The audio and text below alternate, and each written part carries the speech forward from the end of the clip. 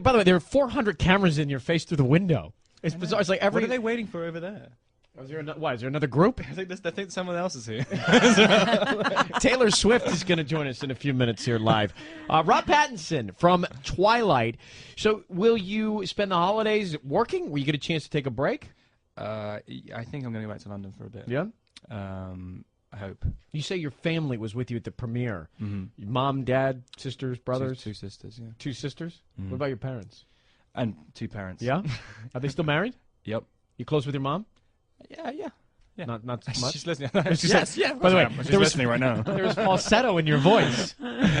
Are you a mama's boy?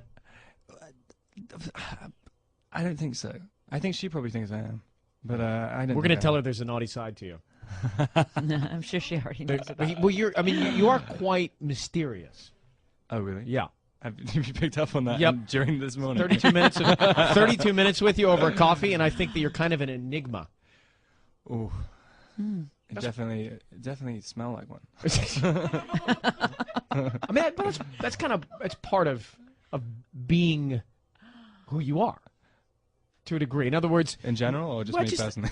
I think. Well, we don't really know who you are. We get to see you as a character. We get to talk to you in a public forum. But part of being, I would assume, an actor and with some of the roles you want to do is having some of that mystery and not giving it all away.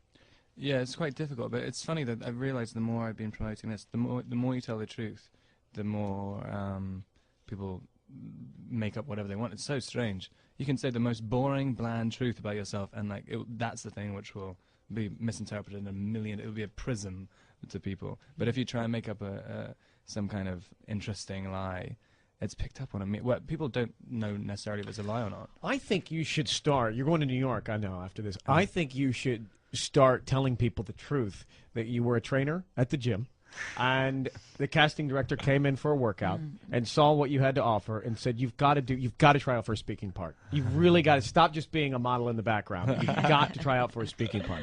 Good morning, Devin in Santa Monica. Go ahead, you're on with Rob Pattinson. Oh my God, hi. So I just wanted to say that you were such an awesome Edward Cullen. Oh, thank you. in Twilight. Just in Twilight. As opposed to at the pub. Sorry, what? As opposed to at the local kookaroo. Oh, of course, yes. And then I had a question about how was the experience when you're making the movie Twilight?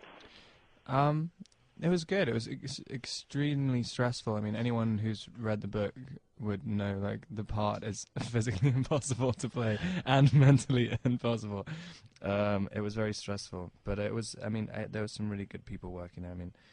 Yeah, because, everything about, running really fast or flying up, into trees, I just wanted to know, how interesting that is and how, weird it is to play that kind of part, you know? Yeah, and that was really tough. Weirdly enough, when I first was going into it, I didn't even think about there being any stunts in it at all. I just thought it would be purely a kind of drama love story, but there was tons and tons of stunts in it. And I'm really not a kind of action movie kind of guy, so that was an interesting experience. Thanks for calling, Devin. Thank you. Okay, bye. Could you fall in love with Kristen Stewart? Oh yeah, she's amazing. There's that quote.